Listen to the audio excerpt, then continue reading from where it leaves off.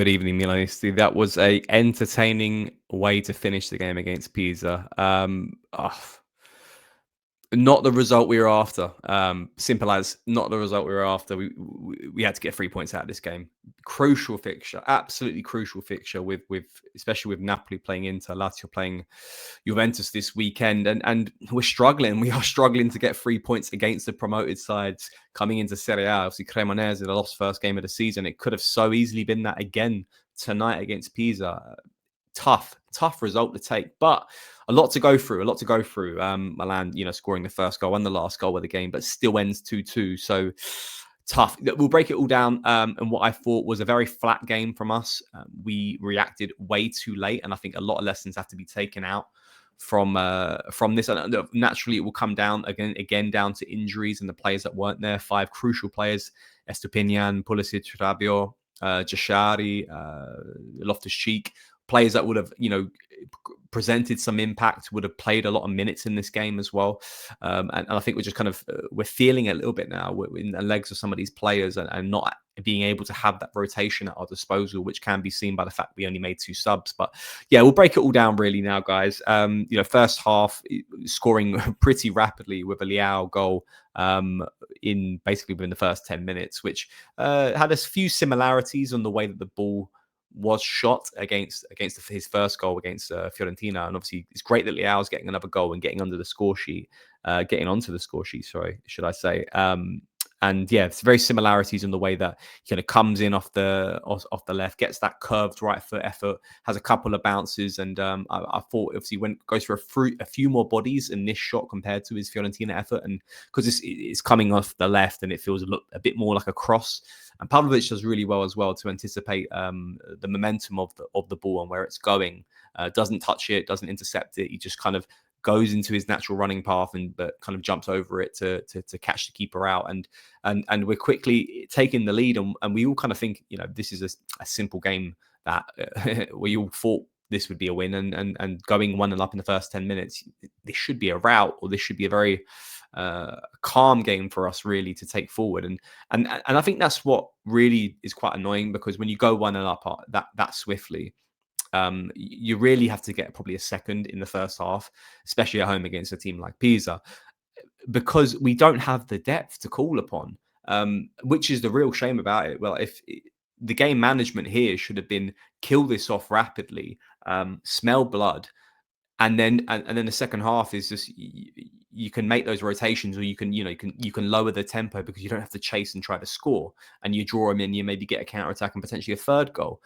But we did the opposite. We really just we went very lethargic in that first half, dominated possession, I would say, and really good defensively. It's not as if Pisa were gaining momentum and chances.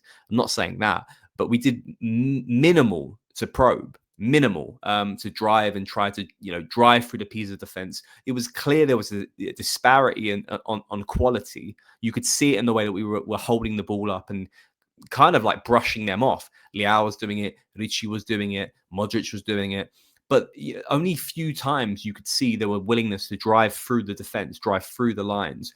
Players like Pavlovic and Modric were doing it, but I didn't see it enough from the rest of the side, or at least consistently, which was the real shame from that first half. And I think Max will be, to be honest, he should be criticizing that first half, if anything, more than the second half, because that really allowed Pisa to gain that momentum back into the game. And you could see it going into the second half, not much change from the way that we were going at them, and they got back into the game through I don't think it's contentious, but a long distance shot from Quadrado, who comes on as a sub. They're playing him at sort of a left back position. He breaks through the lines a little bit well, and then gets a shot that wasn't really doing much, but hits off the left hand of Coney de Winter, and then essentially after a VAR check, it's a penalty.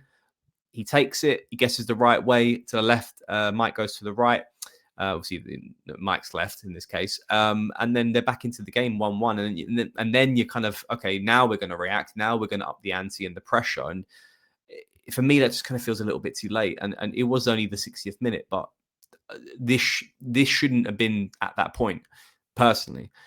And we did up the ante. We upped those chances. Gabbia with the header, followed up with a long distance Salamaker shot. Keeper doing really well in some of these efforts as well. And then a golden chance to Rafael Leao, who Modric combining really well with Fofana with a flick.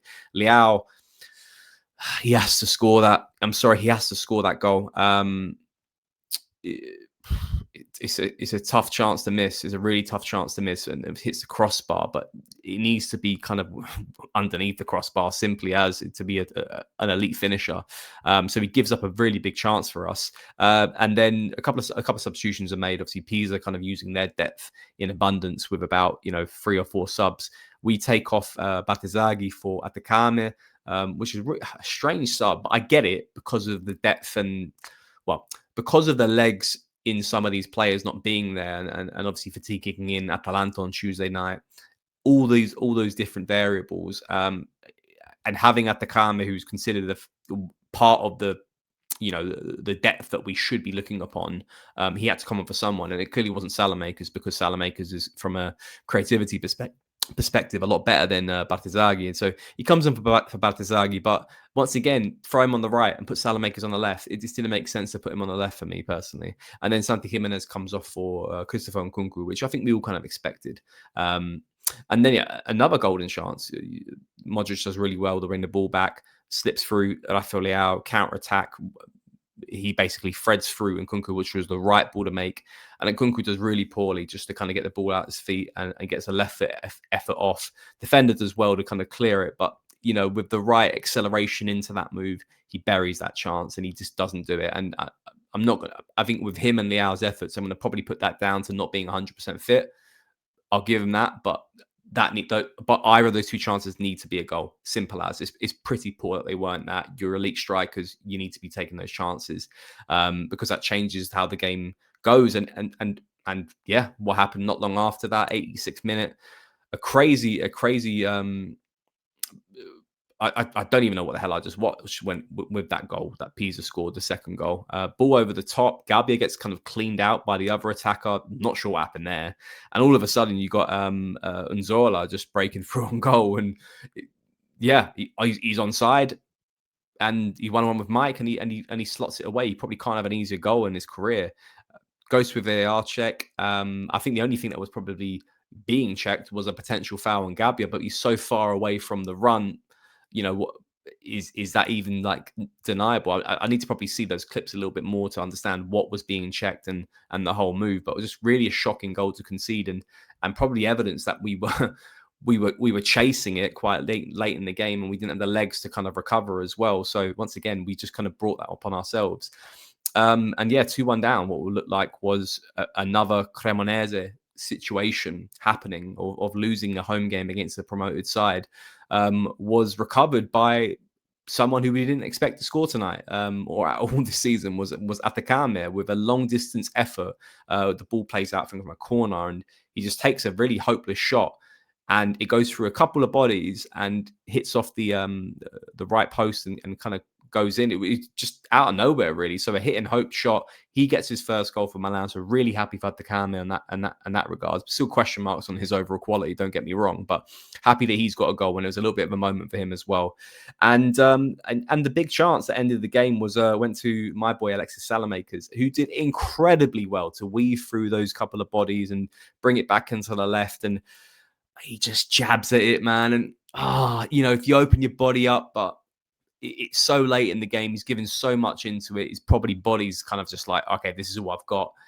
I'm not going to sit here and just criticize him there on what was fantastic play to even create that opportunity. Personally, I will criticize Nkunku and Leao's chances, because their opportunities were gifted to them. All they had to do was put it away. Salamakers literally had to do so much to get that chance off very late in the game. And yeah, it's a shame, because if that goal goes in, San Siro absolutely explodes. But it doesn't. You can still hear the fans cheering at the end of the game, so fair play to him. But it ends 2-2. We don't get 3 points. It's a wasted opportunity, personally. Happy that it wasn't a loss, don't get me wrong, but this had to be a win tonight, and we didn't get it. And it's a bit of a shame, guys. But nonetheless, a big game. We got to kind of recover swiftly. We got Atalanta away on Tuesday. Hopefully, get someone like Loftus Cheek or Estepinian back into the squad because we are struggling when it comes to depth. We kind of knew that was a worry this season, but with the 5 players being out right now and fixtures coming thick and fast, it's getting tough right now. So look, we didn't lose, so that's key, but we need to start recovering some points ASAP. But hope you enjoy the game, guys. I mean, especially towards the end of it. I know it wasn't the result we were after, but let me know your thoughts. And yeah, we'll catch you guys next time. It'll be pub chat with me and Lorenzo before the next game against Atalanta. So catch us then. So until then, guys, Forza Milan.